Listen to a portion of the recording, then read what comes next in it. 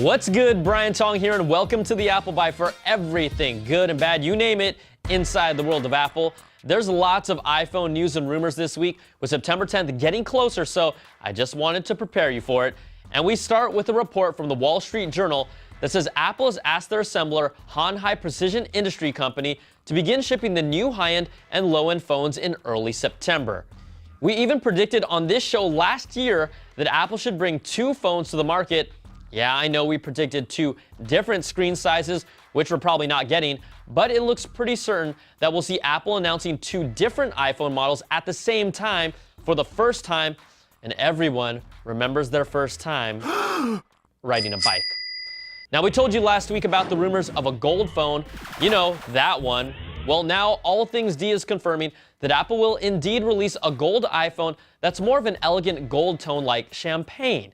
Now, their sources say it will be a white front face with a gold tone back plate and chamfered edge like this mock-up from iMore. And it made me wonder, what other great things have we seen that are gold? Well, the Olympics have the gold medal. Mario jumps around to collect gold coins.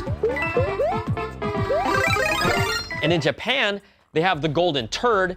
And there's even pills with 24-karat gold flakes in them, so you can actually poop gold.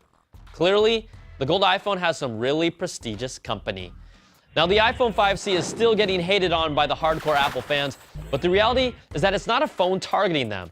KGI analyst Ming-Chi Kuo is predicting that the 5C will actually replace the iPhone 5 in the lineup, and it will support TDD LTE used by China Mobile to give Apple a huge boost overseas. But the expected iPhone 5S will still be the more popular model globally and exceed the 5C in shipments. All right, this week's leaked Apple part from nowhereelse.fr is the rear shell of the next-gen iPad and iPad mini. Ooh. It jives with everything we've heard and seen about the design over the past few months, so we thought we'd just show it to you anyways. And looking into the future with Apple patents, the Big A has been granted a patent called Working with 3D Objects for 3D gesture control on touchscreen devices. Now, this would allow the user to extend the multi-touch capabilities used on the screen to the airspace above the screen, allowing for 3D manipulation of objects with 3D gesture inputs. So you could spin a dice around that would be displayed on the screen while your fingers are manipulating it above it, and it's something I've always wanted to do in life. Now, if you guys missed this one, Apple's also researching flexible headphone connectors to prevent them from potentially breaking. By using flexible or elastic parts on the connector, the plug would be able to withstand moderate bending that might break other connectors. And no one wants a connector stuck inside a port. All right, to the quick bites. Key Nike FuelBand developer and fitness expert Jay Blahnik confirmed he has joined Apple's team and is likely working on something that goes maybe on your wrist or even the next iHeadband. I want that. Now, all signs point to something iWatch related, obviously, but the FuelBand is honestly the weakest fitness band of the bunch, and it just has Nike's marketing muscle. So we better see more than just a made-up calculation we can't track called Fuel on the next iWatch, and I'm sorry, but I'm just keeping it real. All right, Google has updated some of its apps with some really cool bells and whistles. The YouTube app on iOS has just been updated, and you can now multitask in the app by dragging your video from the top to the bottom to have your video playing in the bottom corner while still searching for more videos and swiping to get rid of it. It's a sweet update we're checking out, so you guys should look at that. And if you're using Google Maps like I am, they've started integrating traffic data from their acquisition with Waze, so you can see if there are any accidents, road construction, or hazards in your area by going to the traffic tab, and I'm loving this update.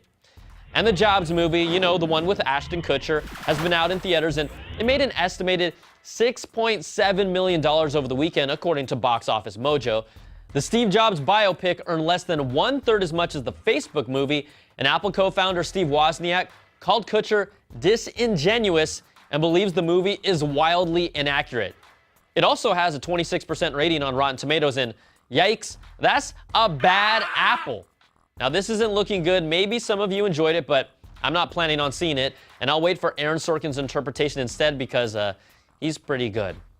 All right, our show is out early this week because I'm in the NYC, so we're going to extend the Monster DNA headphone giveaway valued at over $200 for one more week. That means you have more time to send me your video submissions of you dancing like a crazy It can be a YouTube, Vine, or Instagram, and send your link to the applebyte@cnet.com or tweet me at Brian Tong. And this has to be a video you just shot, because people sending me links from like 2 years ago, it ain't gonna cut it in. You really need to bring your A game. All right, that's gonna do it for this week's show. I'm Brian Tong. Thanks for watching. We'll catch you guys next week for another Bite of the Apple.